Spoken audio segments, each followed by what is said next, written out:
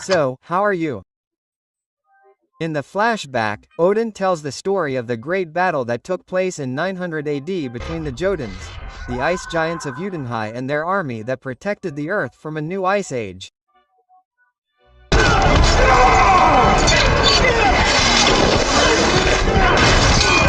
Odin and the Asgardians won, but a very high price was paid, as he even lost one of his eyes.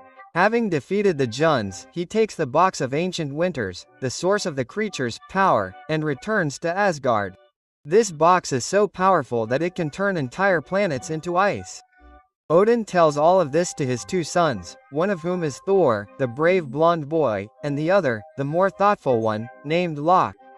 Odin says that both are worthy of one day leading Asgard, but only one can be the king. Now in the present, Asgard is having an important ceremony, as Thor is finally being recognized as the crown prince of Asgard. While everyone gathered in the Great Hall applauds Thor's name, Loki looks on with some envy. Before Odin can make this proclamation, however, alarms go off, as some intruders have entered the treasure room, seeking the Box of Winters. At this point, the Great Destroyer warrior kills the intruders, preventing them from touching the object. Examining the remains, Odin seems calm, but Thor is angry and wants to attack the Juns. For this, Odin, however, tells him not to do such a thing and goes on to add that they only came to steal something and were killed. So there is nothing to avenge, as no real damage was done to the kingdom, as king of Asgard, but you are not a king. Don't worry, old, keep your voice down. Thor storms back to his room and Loki fills his head with the intruders. Thanks to them, the ceremony was interrupted and he could not become the crown prince. And here we meet his closest friends, Frigg, Vandro, Horgon and Lady Sif. Thor reminds his companions of how they won countless battles together and that he needs to do something about the invaders. He adds that they should teach the Jotuns a lesson for setting foot in Asgard and stealing the Allfather's treasures. The group then decides to go to the kingdom of Jotunheim, fight the frost giants and even take Loki along. The Guardian of Frost, Hindown, allows them to pass and the six are transported to the giant ice planet.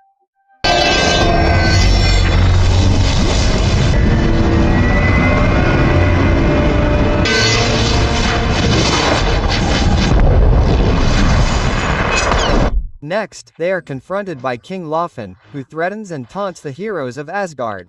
Loki tells the king that they got there by mistake, adding that they are already leaving. Thor, however, is not scared. He says that he will not go anywhere without a fight and is not intimidated by the huge monsters. Loki tries to reason with him, saying that there are too many, but Thor stands firm. More and more frost giants begin to surround the six, until a provocation from Lofn starts the battle. In addition to a lot of beatings, some important things happen in this battle. For example, Loki uses a magical illusion to knock down a frost giant. Veg is touched by a creature and has his arm burned by the frost. When the same thing happens to Loki, he just turns blue and is uninjured. Then the number of Jotuns increases rapidly, forcing the group to make an urgent retreat. Vrow is injured to make matters worse.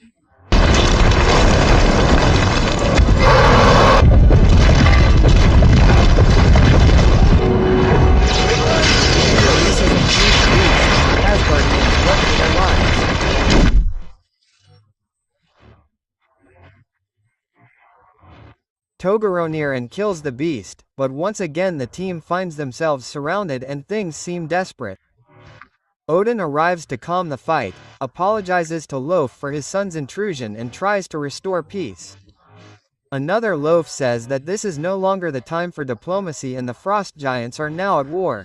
He attacks the old man, but Heimdall opens the Bifrost, bringing everyone back to the guard safe and sound. He lets the four friends go to tend to their injuries, but confronts Thor and Loki for their disobedience. Thor is still angry with his father for not joining them in the battle and instead bringing them back like cowards. He begins to be extremely rude to Odin and asks his father why he is leaving. Odin is furious that Thor has dragged Asgard back into the war and tells Thor that he is not worthy of being a king. With harsh words, Odin, the father of all, strips him of his power, banishes him to Earth and then sends his hammer to Thor. I, Odin, the father of all, Whoever wields this hammer, if he is worthy, will then have the power of Thor. On Earth we see three scientists, Jane Foster, Eric Selvig and Darcy, in the New Mexico desert, in a van, studying an abnormal phenomenon, like the aurora borealis. Suddenly, a huge lightning storm develops and they drive towards it. A man is struck inside the whirlwind, and when they go out to check they come across Thor half-crazed with ideas. They immediately take him to a hospital, and when he wakes up the next morning he realizes that he does not have his hammer. So he asks her about it and ends up losing control. The forgiven man continues to beat the doctors until he gets an injection in his ass. How dare I attack the son of Odin? Come here. Oh. Relax. You are no match for the powerful. The local resident who was traveling in his truck sees the crater left by the fall of the Mjolnir. The old man tries to lift the hammer, which does not move a single millimeter due to Odin's magic. At her research center, Jenny mentions that they should not have abandoned Thor in the hospital. Eric tries to make Jenny leave him alone, saying that he is just a madman, but the woman is curiously attracted to him. Why would that be, huh? At that moment, she looks at the photos taken of the phenomena of that night and sees a shadow in the middle of the whirlwind, suggesting that Thor is more than a mere mortal.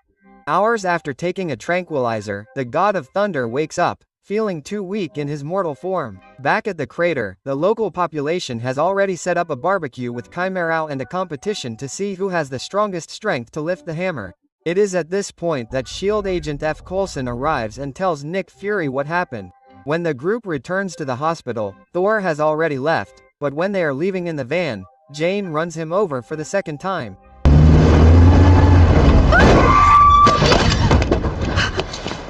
Sorry, I swear I'm not doing it on purpose. The woman gives him some clothes that belong to her ex-boyfriend. Then they take him out to eat something, as he is starving. Meanwhile, Thor's friends begin to suspect that Loki is behind his banishment, as he doesn't seem to care about everything that happened to his brother. Instead, Loki goes to Odin's treasure room and touches the box of Winters. He discovers that he is not a pure Asgardian, but was adopted by Odin after being taken from Jon.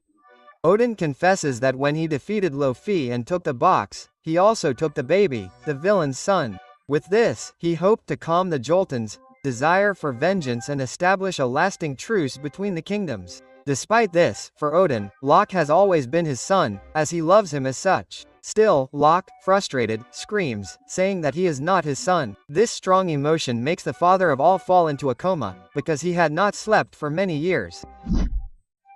While having breakfast, after hearing locals discussing a mysterious satellite that fell kilometers away, Thor decides to go there and finally get his hammer. Eric asks Jane again to let him go. Then Thor kisses her hand, then says goodbye to everyone politely and leaves towards the scientists. Phil Coulson and his team go to Jane's house and clean it out. Yes, he confiscates all the articles, photos and evidence of the desert phenomena. He even takes a notebook, which leaves the woman extremely indignant.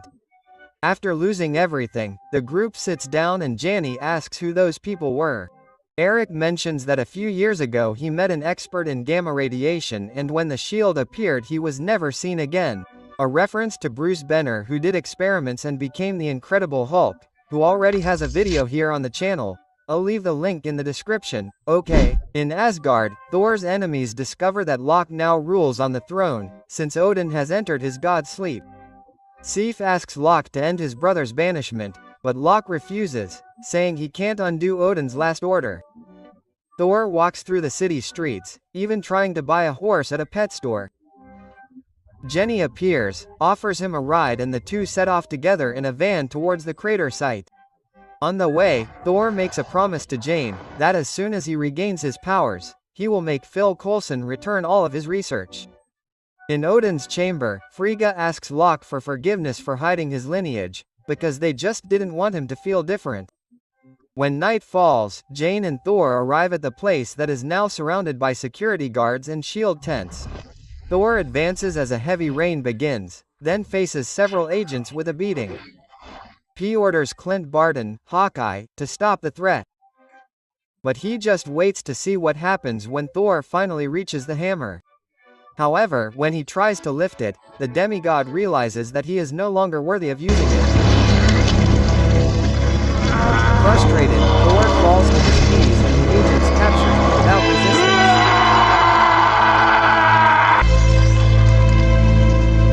At the same time, Heimdall watches from the bridge of Asgard.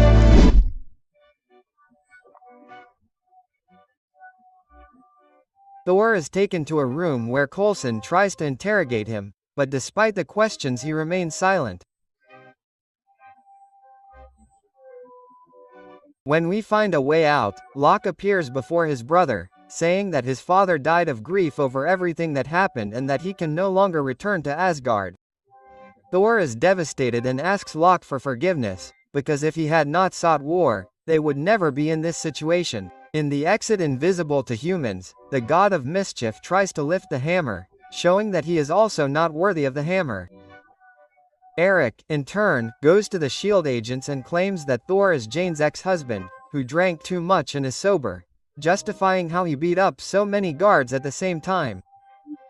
He uses a fake driver's license to take Thor away, and Coulson, knowing that the identity is fake, still allows them to leave, intending to follow them. On the way out, Thor takes the opportunity to get Jane's notebook before leaving. He and Eric go to a bar where they talk about purpose and the weight of the decisions we make. Thor drinks a lot, but even so, alcohol does not affect him like it does normal humans. Eric, on the other hand, passes out and Thor carries him to Jane's house. There, Thor comments that Jane should take care of her father, but she explains that Eric is just her teacher. They spend some time together sharing a moment of tranquility. Afterwards, they sit around a campfire under the starry sky talking about stories from the past.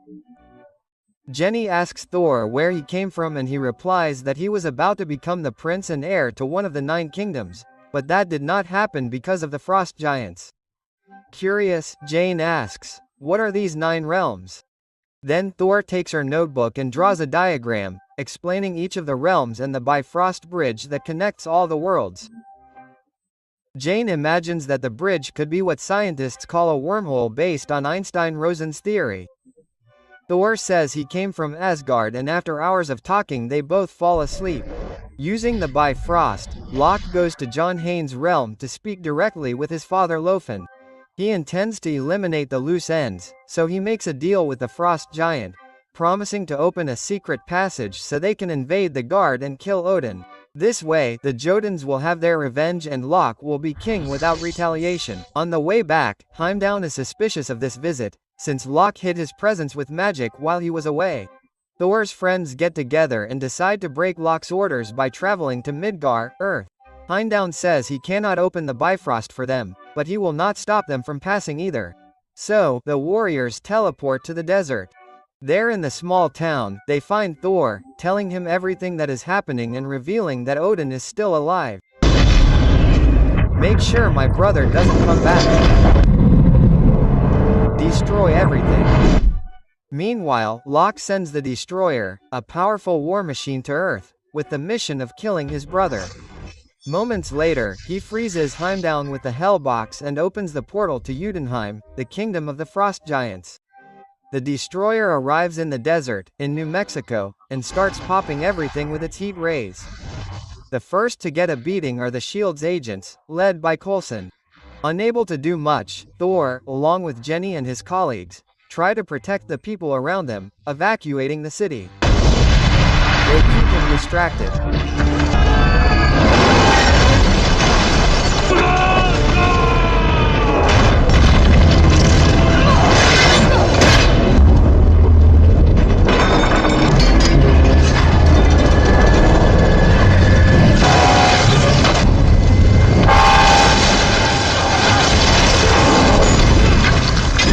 After his friends try to stop the warrior and take a beating, Thor faces the destroyers head-on.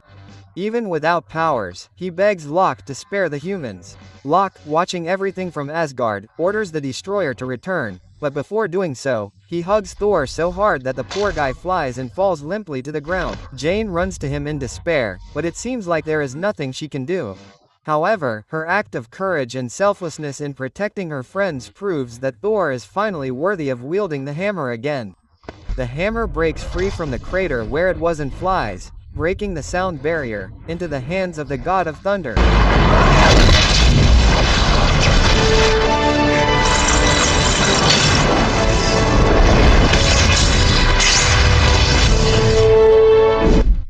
Dora is restored to life with full strength, wearing her red cape and armor again.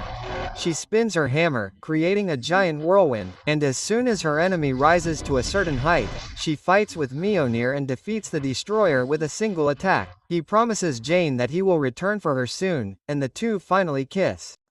Meanwhile, the frost giants invade Asgard and Lofen, the king of the Jadans, goes to Odin's room to kill him.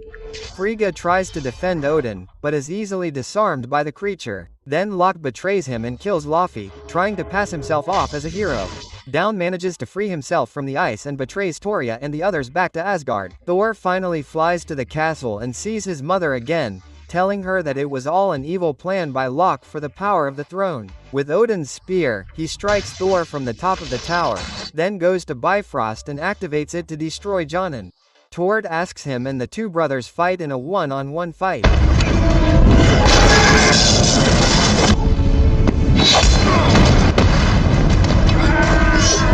Enough is enough.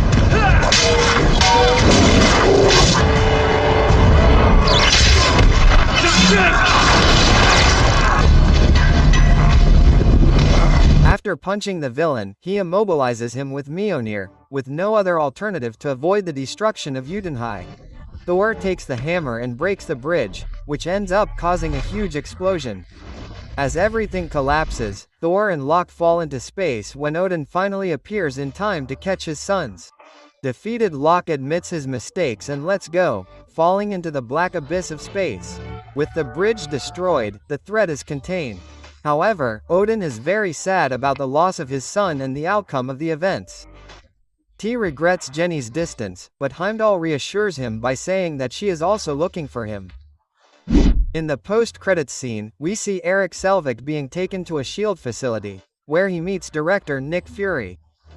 He shows the scientist a mysterious blue cube in a briefcase, unaware that it is actually the Space Stone, one of the 6 Infinity Stones. Meanwhile, Loki, who was alive, invisible to both of them, seems to influence Erik's mind, suggesting that the God of Mischief still has plans in motion. Thus ending the 2011 Thor movie. Remember that I'm finishing the Marvel movie saga? So, if you haven't seen it yet or don't know the order of the movies, I'll leave a playlist here in the description, okay? Click there and check it out. I'm Ronald and I'll also leave another summary there in the center of the screen right now. Just give it a tap and we'll see you there. Thank you very much for your attention and drink some water, okay? Don't forget. Thanks, see you next time. I'm leaving.